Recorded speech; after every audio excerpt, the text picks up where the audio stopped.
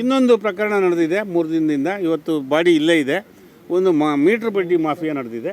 Metre ಬಡ್ಡಿ mafia ಅವನು complaint ಕೊಟ್ಟಿಯಾನು ಹೋಗಿ, ನನಗೆ ಈ ಥರ ತೊಂದರೆ ಆಗ್ತಾಯಿದೆ, ಸಾಲ ಮಾಡಿದ್ದೇನೆ, ಮೀಟ್ರ್ ಬಡ್ಡಿ ಅಷ್ಟು ಕೊಟ್ಟಿದ್ದೇನೆ, ಸೊ ಅಂತೆಲ್ಲ ಕಂಪ್ಲೇಂಟ್ ಪೊಲೀಸ್ ಸ್ಟೇಷನಿಗೆ 1ನೇ ತಾರೀಕು ಕೊಟ್ಟಿದ್ದಾನೆ. ಪೊಲೀಸ್ ಸ್ಟೇಷನಿಗೆ ಹೋಗಿದ್ದು ಪ್ರೂಫ್ ಇದೆ.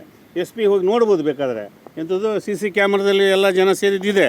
ಅಲ್ಲಿ ಪಂಚಾಯತಿ ಮಾಡಿ ಅವನ ಜಮೀನನ್ನು ಮಾರಿಸಿ 70 ಲಕ್ಷ ರೂಪಾಯಿಗಷ್ಟು ಅದನ್ನು ಖರ್ಚು ಮಾಡಿಸಿ ಕೇಸು ತಗೊಳ್ದೇನೆ ಕೇಳಕ್ಕೆ ಹೋದವರಿಗೆ ಹೊಡೆಯೋ ಪ್ರಯತ್ನ ಮಾಡಿ ಹೊಡೆದಾಟ ಪೊಲೀಸ್ ಸ್ಟೇಷನ್ ಒಳಗೆ, ಸಾಗರ ಗ್ರಾಮಾಂತರ ಪೊಲೀಸ್ ಸ್ಟೇಷನ್ಗೆ ನಡೆದ ಮೇಲೆ ಅವ 3 ದಿನದಿಂದ ಮೊನ್ನೆ ಪಾಯ್ಜನ್ ತೊಗೊಂಡೇನೆ. 1ನೇ ತಾರೀಕು ಕಂಪ್ಲೇಂಟ್ ಕೊಟ್ಟರು, ಪೊಲೀಸರಿಗೆ ಹೇಳಿದ್ರು, ಪೊಲೀಸರು ಏನೂ ಕ್ರಮ ತೊಗೊಂಡಿಲ್ಲ.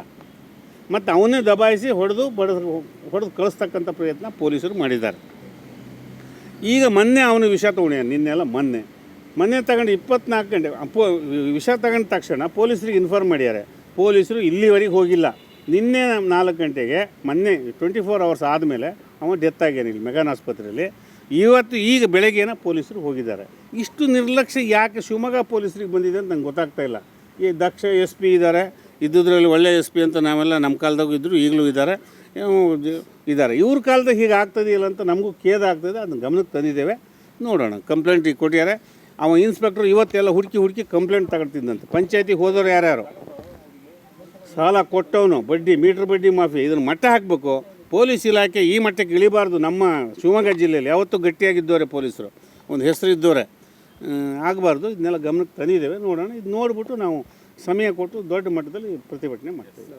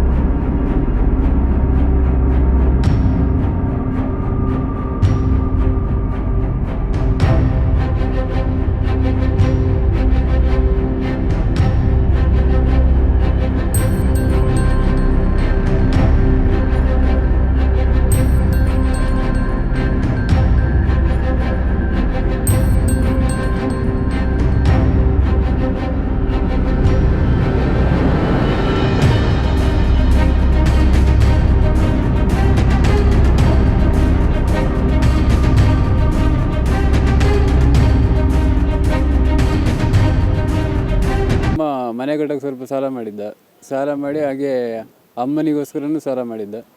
ಅಮ್ಮನಿಗೆ ಹುಷಾರಿರಲಿಲ್ಲ, ಸಾಲ ಮಾಡಿದ್ದ ಸ್ವಲ್ಪ. ಅದನ್ನು ಕಟ್ಟೋಕ್ಕೆ 1-2-3 ಸಂಘ ಕ್ಲಿಯರ್ ಆಗಬೇಕಂತೇಳಿ ಸ್ವಲ್ಪ ಬಡ್ಡಿ ಮೇಲೂ ಸಾಲ ತಗೊಂಡಿದ್ದ. ಅದು ಓವರ್ ಬಡ್ಡಿ ಆಯಿತು. ಈಗ 10,000 ತಗೊಂಡು 12,000 20% ಬಡ್ಡಿಲಿ ಸಾಲ ಮಾಡಿದ್ದ. ಅವರು ಎಲ್ಲ ಒಂದೇ ಸರಿ ಟಾರ್ಚರ್ ಕೊಟ್ಟರು. ಕೆಲವರು ಮೀಟ್ರ್ ಬಡ್ಡಿಲೂ ಟಾರ್ಚರ್ ಕೊಟ್ಟರು. ಮೀಟ್ರ್ ಬಡ್ಡಿಲಿ ಈಗ 10,000 ತಗೊಂಡ್ಬಿಟ್ಟು ನಾಳೆ ಬೆಳಿಗ್ಗೆ 2,000 ಸೇರಿಸಿ ಕೊಡೋ ಆ ಥರ. ಅವತ್ತು ಕೊಡೋಕ್ಕಾಗಿಲ್ಲ ಅಂದರೆ ಮತ್ತೆ 2,000 ಜಾಸ್ತಿ. ಹೀಗಾಗಿ ಅವನು ತುಂಬ ಡಿಪ್ರೆಷನಿಗೆ ಹೋಗಿ ಮೊನ್ನೆ ಸೋಮವಾರ ಮಂಗಳವಾರದಿಂದ ಭಯಂಕರ ಡಿಪ್ರೆಷನಿಗೆ ಹೋಗಿದ್ದ. ಈ ಬುಧವಾರ ದಿನ 3:30 ಅಷ್ಟೊತ್ತಿಗೆ ಫೈಜನ್ ತಗೊಬಿಟ್ಟಿದ್ದ.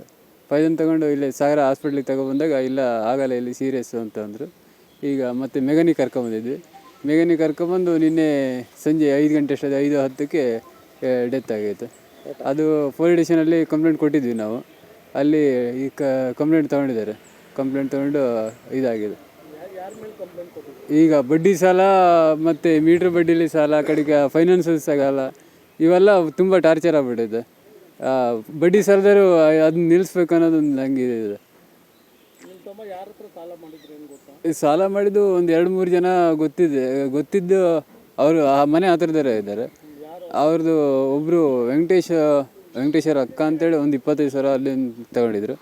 ಆಮೇಲೆ ಮತ್ತೆ ಇದು ಅಲ್ಲೇ ಅಕ್ಕಪಕ್ಕದಲ್ಲಿ ಬಡ್ಡಿ ಮೇಲೆಲ್ಲ ಸಾಲ ಮಾಡಿದಂತೆ.